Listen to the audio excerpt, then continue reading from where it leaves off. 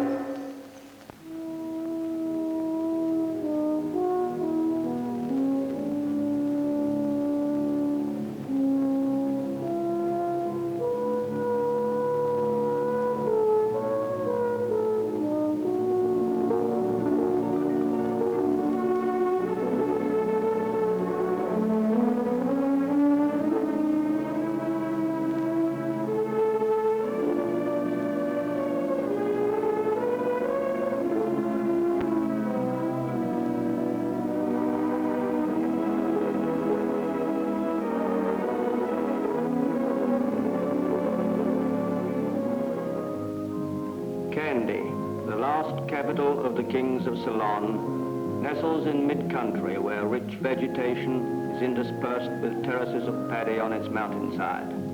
From time immemorial, the peasantry has been linked with the soil and forms the backbone of the nation.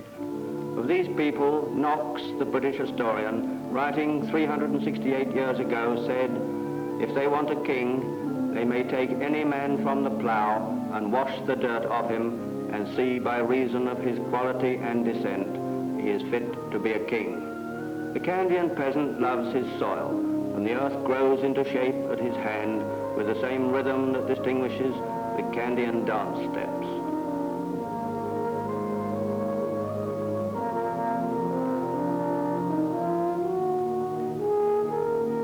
Pinioned on a rural hilltop with rock-hewn steps spiraling toward the sky is Kandy's most picturesque temple, Lanka, which means in Sinhalese, Jewel of Lanka, built in 1344 AD. So much indeed were Ceylon's arts and crafts bound up with the temples that the art of Ceylon became distinctively religious. Kandy, in green shadowed solitudes, this 575-year-old city rests in an amphitheater of hills.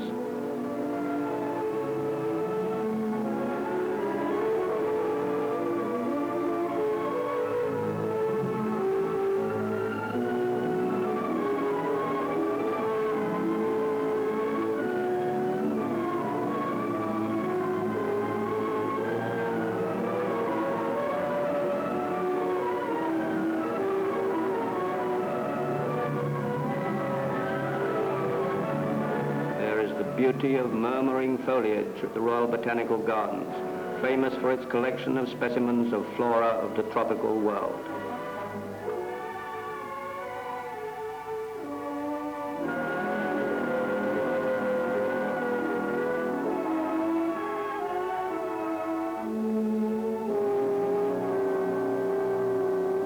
Giant cactus plants pierce the placid sky.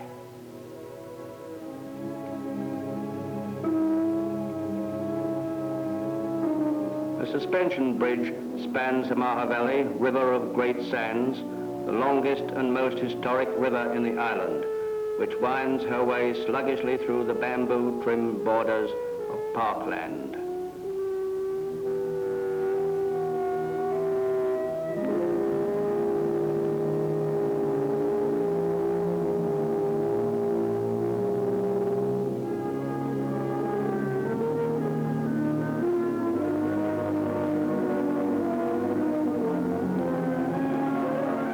Talipot avenues, cathedrals of cabbage palm, vistas of bloom and leaf go past.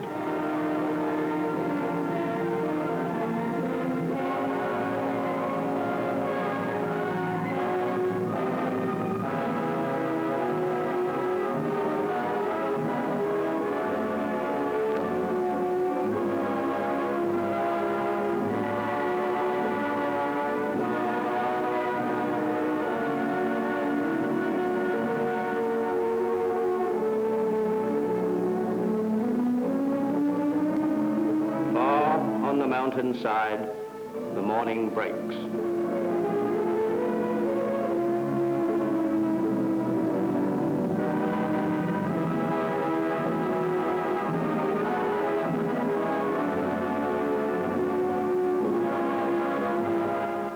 The river of great sands moves slowly in this upland valley by Kandy's side.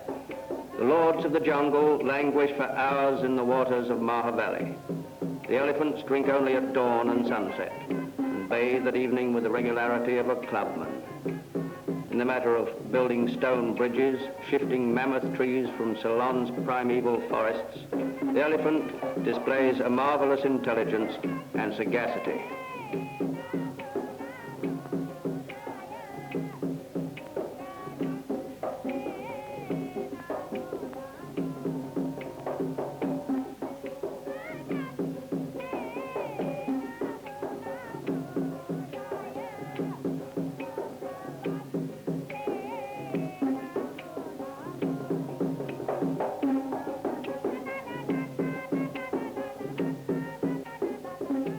The history of the arts and crafts of Ceylon is as old as the history of the island itself. These master craftsmen, hailing from traditional families of the 4 guilds of craftsmen, are engaged in the production of exquisite brassware utensils patterned with oriental motifs. The ancient art of the lacquer workers from Martley Hills is far famed. They use shellac beaten into delicate threads. Deft hands weave oriental patterns of color on wooden articles, and by application of warm palm leaf give them a brilliant finish.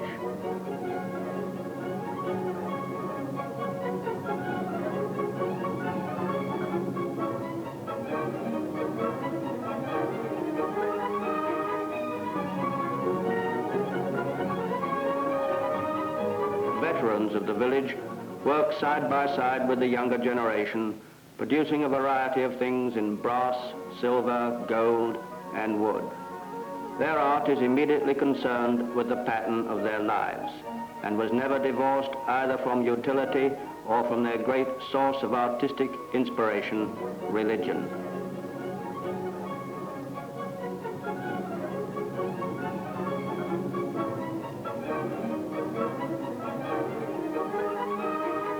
Situated in a setting which has evoked the admiration of artists and educationists is the new residential University of Ceylon at Paradinia.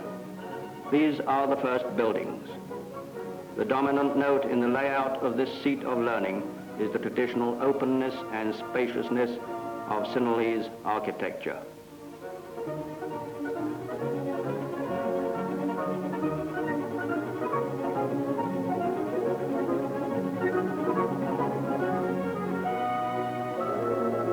A new Ceylonese generation is being nurtured in this center of culture.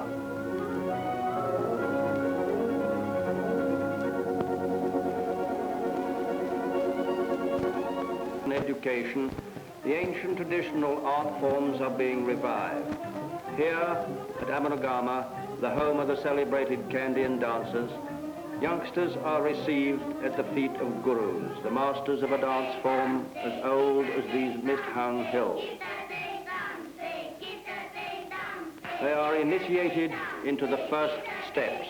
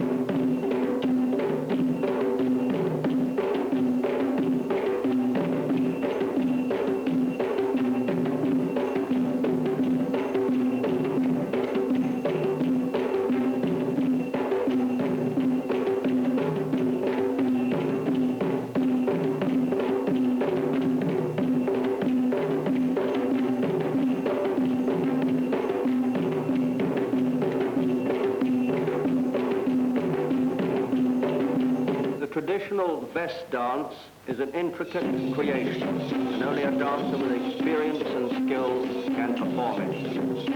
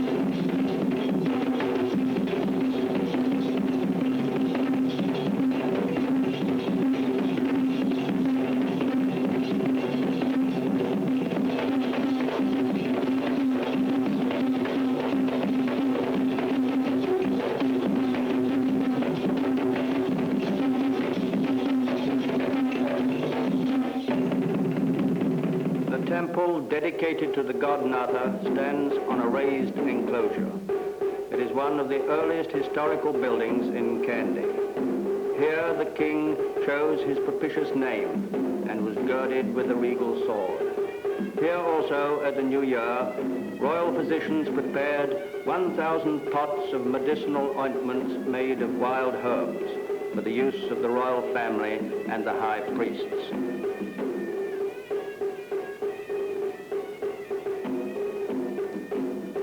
The Palace of the Tooth Relic, the chief temple in Ceylon, wherein is enshrined the left eye tooth of the Gautama Buddha.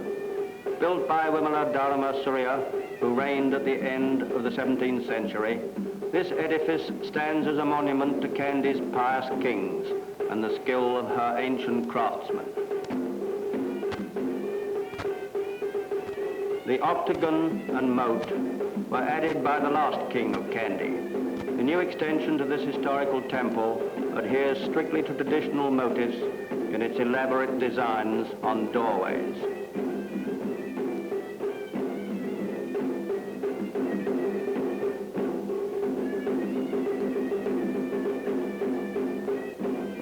The Makara is an arch issuing from the mouth of a conventional lion's head into the mouth of Makara, a mythical monster.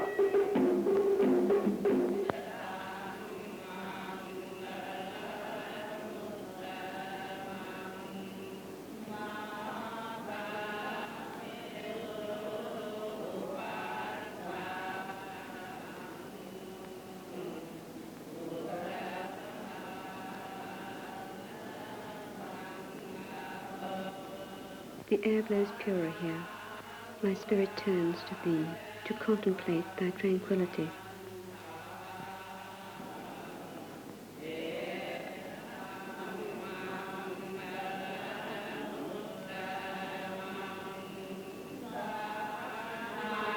At the entrance to the Temple of the Tooth, the chief monks of the Malvata and Asgirya temples, guardians of the sacred relic, chant Pirith, psalms from the Holy Tripitaka, the three parts of the doctrine of the Buddha.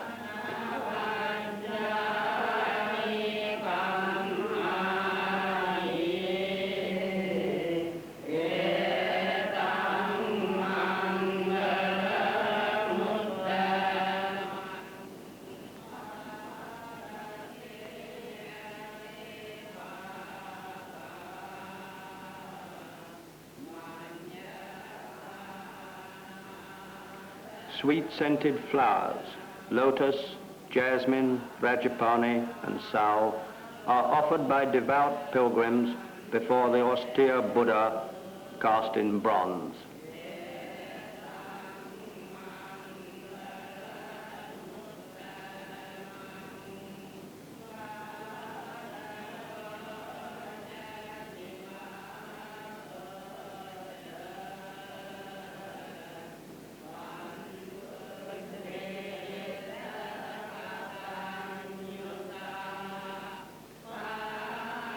Narrative friezes and patterns of floral decorations in geometric design embellish the walls and pillars. In these patterns, the lotus and its petals, symbol of purity, variations on natural sprays and creepers, play a prominent part. Literally, every square inch is painted with poetic precision. Objects kept in the sanctuary for the daily devotions include golden bowls, a water strainer, a bejeweled fan, a fly whisk, a cup, a beetle dish, flower trays, all works of art presented by Kirti Sri Rajasingha.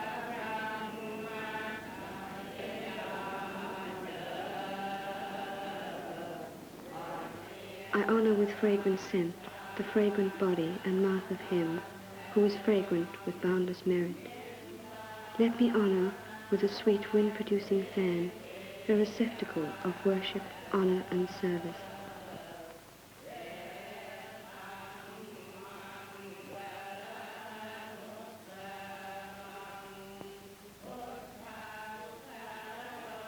Let me honor the ornament of the three worlds, mine of pure virtues, the triumphant blessed Buddha with the precious fly whisk. Of the temple is a priceless crystal Buddha. On the octagon is housed a vast and valuable Oriental library, a treasure trove of ancient palm leaf manuscripts in Sinhalese, Pali, and Sanskrit. Here you find some of the oldest manuscripts in Ola leaf, as well as the commentaries of the 5th century AD, elucidating the Buddhist canonical texts.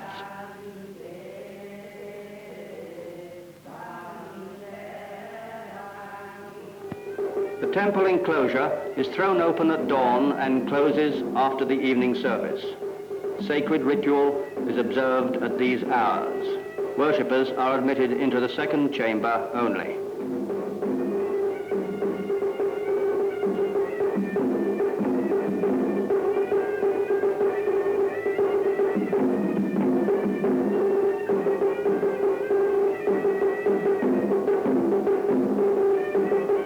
Here is the shrine of abode, where the sacred truth relic is kept within sealed doors. Only the chief monks and the lay guardian are admitted to the inner sanctuary.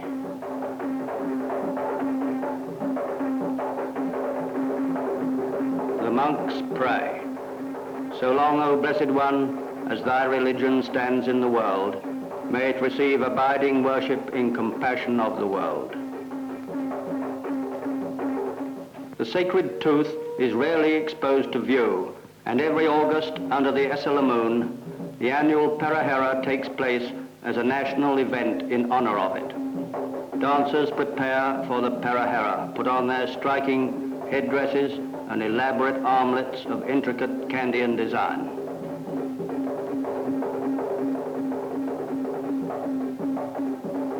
Few things convey the grandeur of the ancient Kandyan kingdom with greater force than the Parahera. It is one of the most elaborate pageants of an ancient civilization. Every year people flock in thousands to watch this spectacle.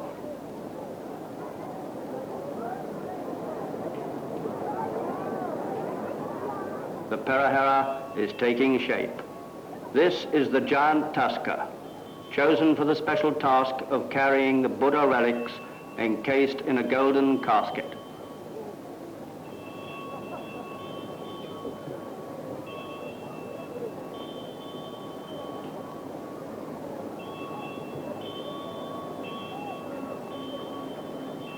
Well over 100 elephants join him in the sacred mission as they move majestically in this procession of drummers, dancers, and musicians.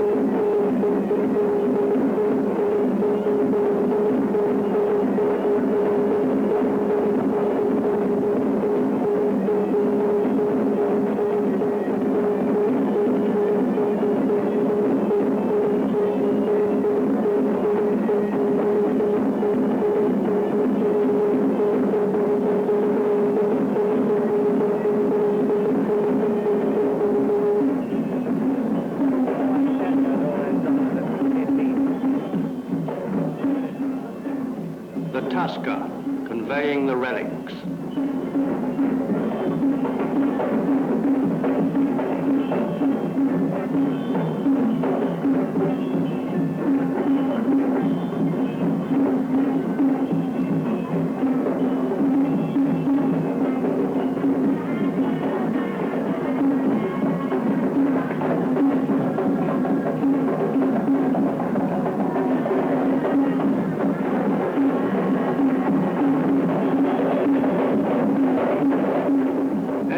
In the procession, the Kandyan chiefs with their attendant retinues walk solemnly. This is the Diawarana Nilama, the lay guardian of the sacred relic.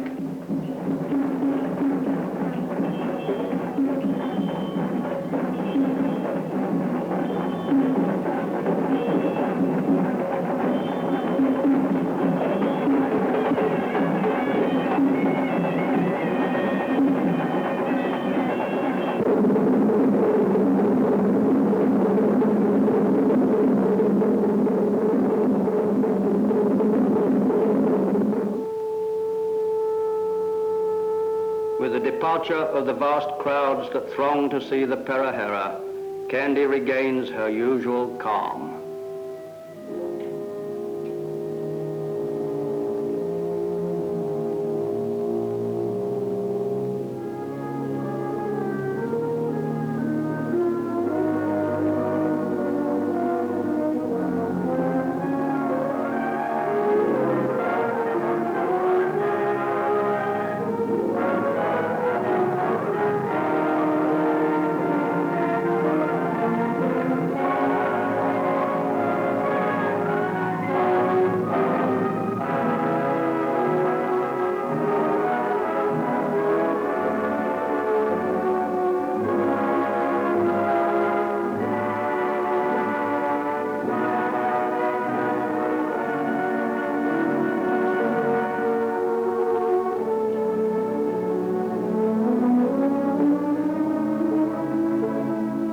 Surrounded by its peaceful hills, is an object of loveliness. The lake stretches lazily at the feet of the green-clad mountain slopes. By its tranquil waters, one sees nature in her gayest, tenderest moods. Here she is, lavish with her most coveted gifts. Soft, cooling winds, wide, sunlit skies, the rich drapery of living green on the mountains, and the broad expanse of rippling water. To have seen Kandy once is to yearn to return to it again.